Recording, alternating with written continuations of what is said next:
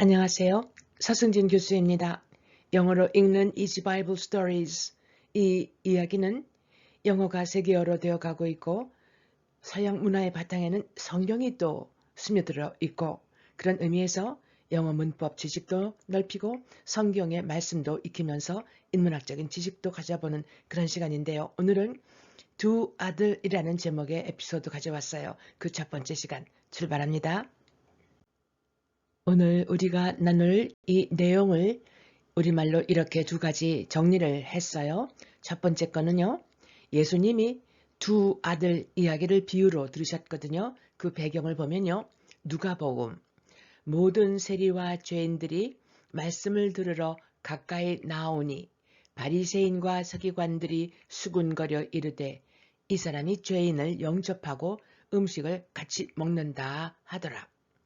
종교 지도자들이라고 하는 바리새인들 그리고 서기관들 이들의 사고방식은 구원이 불가능한 저 죄인, 세리, 장녀들 이런 사람들을 왜 예수님이 영접할까? 저 예수님 때문에 우리 종교 지도자의 품격이 정말 추락하는 거 아니야? 라고 생각을 한 거지요.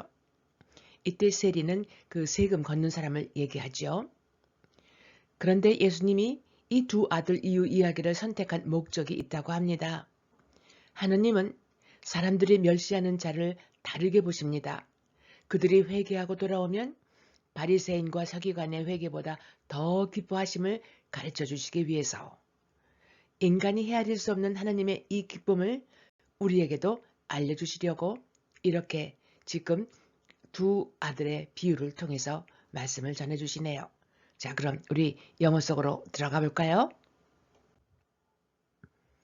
네, 여기 지금 두 아들 이야기를 혹시 성경을 잘 모르시더라도 들어보신 적이 있는지 모르겠어요. 아들 둘이 이 아버지하고의 그 상황 속에서 겪게 되는 특히 둘째 아들 이야기. Jesus also told them another story. There was one man who had two sons. The older son stayed at home. He worked hard in the field. Another, 또 다른. hard는 열심히.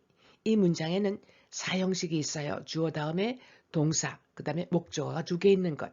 Jesus told them another story. 에게 을 목적어가 두 개 있죠. 자, 내용을 볼게요. Jesus also told them another story. 예수님께서는 또한 그들에게 지금 종교 지도자들에게 또 다른 이야기를 하셨습니다. 첫 번째가 바로 잃어버린 한 마리 양 이야기였잖아요. 오늘이 두 아들 이야기예요. 이렇게 콜론이라는 표시를 하면 즉 다음과 같은 내용이 나옵니다. 라는 신호지요.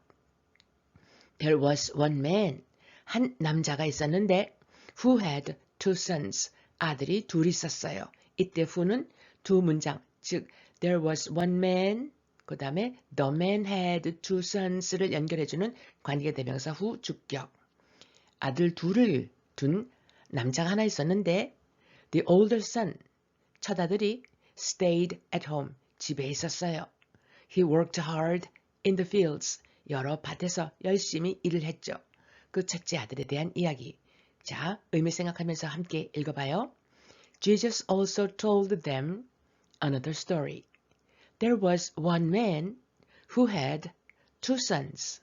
The older son stayed at home. He worked hard in the fields.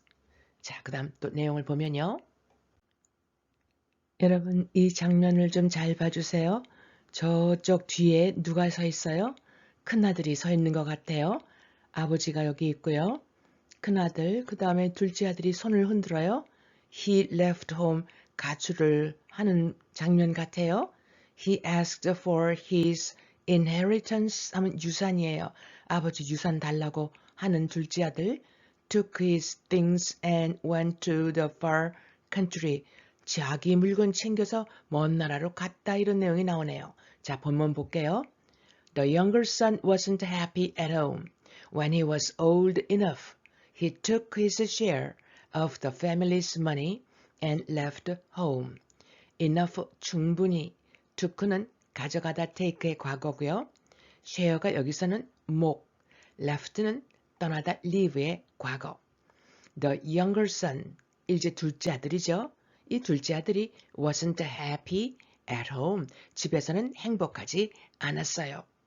When he was old enough. 그가 나이가 충분히 들었을 때. enough가 이와 같이 old 형용사가 나오면 그 뒤에 있어서 부사로 충분히 나이 먹은 이렇게 되고요. enough가 명사 앞에 놓이면 enough money처럼 충분한 돈 이렇게 형용사 노릇을 해요. 여기에서는 부사죠. 충분히 나이가 들었을 때 he took his share of the family's money. 이 집안이 가지고 있는 가산, 자기 몫을 챙겨서 and left home. 집을 떠나버렸네요. 이 재산이 있는 부잣집 둘째 아들이 이 행복하지 않다고 유산 일부 자기 몫 달라고 하면서 가출을 했어요. 원래 이 유산은 아버지가 돌아가셔야 받는 거 아닌가요? 자, 내용 의미 생각하면서 정리해 볼게요. The younger son wasn't happy at home. When he was old enough, he took his share of the family's money and left home. 자, 다음 어떤 내용이 나올까 넘겨볼게요. 여기 지금 제가 3분의 1, 3분의 2 산수 시간도 아닌데 분수를 가져왔어요. 분수를 영어로 읽는 거. 여기 1 하면 1이고요. 2 하면 2. 그 다음에 이 밑에 보면은 3인데 third. 그런데 여기는 third에 s가 있어요. 왜? 여기 숫자 2, 1이 아니구나. 자, 요것 이제 본문 읽고 난 다음에 설명해 드릴게요. As for the family's money, on the father's death, the younger son would have received 1/3 of his father's wealth, while the elder son would have received 2/3. As for 뭐로 말할 것 같으면 on 뭐뭐 하자마자 death는 사망이고요. receive는 받다. would have received 받기로 되어 있었다. 1/3가 3분의 1. wealth가 부, while은 뭐뭐 하는 반면에 elder 더 나이가 많은 2/3가 3분의 2. 분수 표기는 분모를 서술로 해요. 이 밑에 있는 게 분모죠. 이거는 1, 2, 3, 4가 아니고 첫째, 둘째, 셋째, 넷째의 서술로 표기한다라는 것. 그런데 위에 있는 게 분자죠. 분자가 2 이상이면 이 서술로 썼던 분모에 s를 붙이기. 자, 본문 볼게요. As for the family's money, 이 가문의 돈으로 말할 것 같으면 on the father's death, 아버지의 사망하자 그 즉시 the younger son, 둘째 아들이죠. 어린 아들은 would have received 1/3 of his father's wealth, 아버지 재산의 3분의 1을 받게 되어 있을 것이다. while 반면에 the elder son, 이제 큰아들이죠. 그 첫째 아들, 나이 많은 그 아들은 would have received 2/3, 3분의 1을 받게 되었을 것이다.